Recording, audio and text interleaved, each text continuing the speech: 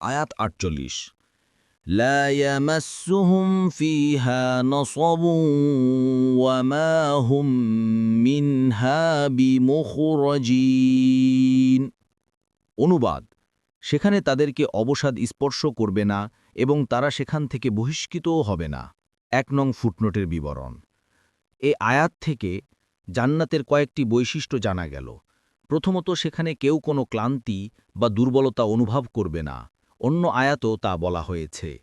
যিনি নিজ অনুগ্রহে আমাদেরকে স্থায়ী আবাস দিয়েছেন, যেখানে ক্লেশ আমাদেরকে স্পর্শ করে না এবং ক্লান্তিও স্পর্শ করে না। দুনিয়ার অবস্থা এর বিপরীত। এখানে কষ্ট ও পরিশ্রমের টাচ করলে তো ক্লান্তি হয়ই, বিশেষ আরাম, এমনকি চিত্ত বিনোদনেও মানুষ কোনো না কোনো সময় ক্লান্ত হয়ে পড়ে এবং দুর্বলতা অনুভব করে, তা যতই সুখকর কাজ ও বৃত্তি হোক না কেন। দ্বিতীয়ত, জানা গেল যে জান্নাতের আরাম, সুখ ও নেয়ামত কেউ পেলে তা চিরস্থায়ী হবে।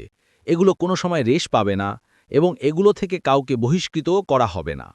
অন্য আয়াতে বলা হয়েছে, ইন্না হাযা লারিজকুনা মা লাহু মিন নাফাদ। অর্থাৎ, এ হচ্ছে আমাদের রিজিক, যা কোনো সময় শেষ হবে না। সূরা সাদ ৫৪ নং আয়াত। আলোচ্য আয়াতে বলা হয়েছে, ওয়ামা হুম মিনহা বিমুখরাজিন। অর্থাৎ, তাদেরকে কোনো সময় এসব নেয়ামত ও সুখ থেকে বহিষ্কার করা হবে না।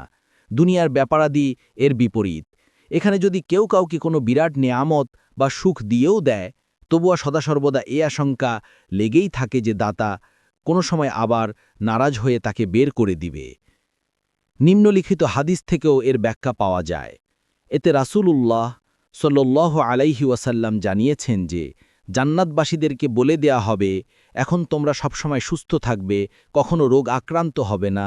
এখন তোমরা চিরকাল জীবিত থাকবে, কখনো মরবে না। এখন তোমরা চির যুবক থাকবে, কখনো বৃদ্ধ হবে না। এখন হবে চির অবস্থানকারী, কখনো স্থান ত্যাগ করতে হবে না। মুসলিম 2837।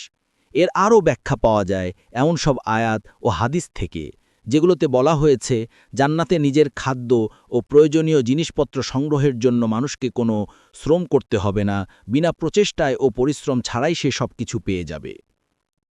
তৃতীয়ত, আরেকটি সম্ভাবনা ছিল এই যে, জান্নাতের নেয়ামত শেষ হবে না এবং জান্নাতীকে সেখান থেকে বেরও করা হবে না। কিন্তু সেখানে থাকতে থাকতে সে নিজেই যদি অতিষ্ঠ হয়ে যায় এবং বাইরে চলে যেতে চায়, কুরআনুল কারীম এই সম্ভাবনাকেও একটি বাক্যে নাকচ করে দিয়েছে, লা ইয়াবগুনা আনহা হিওয়ালা।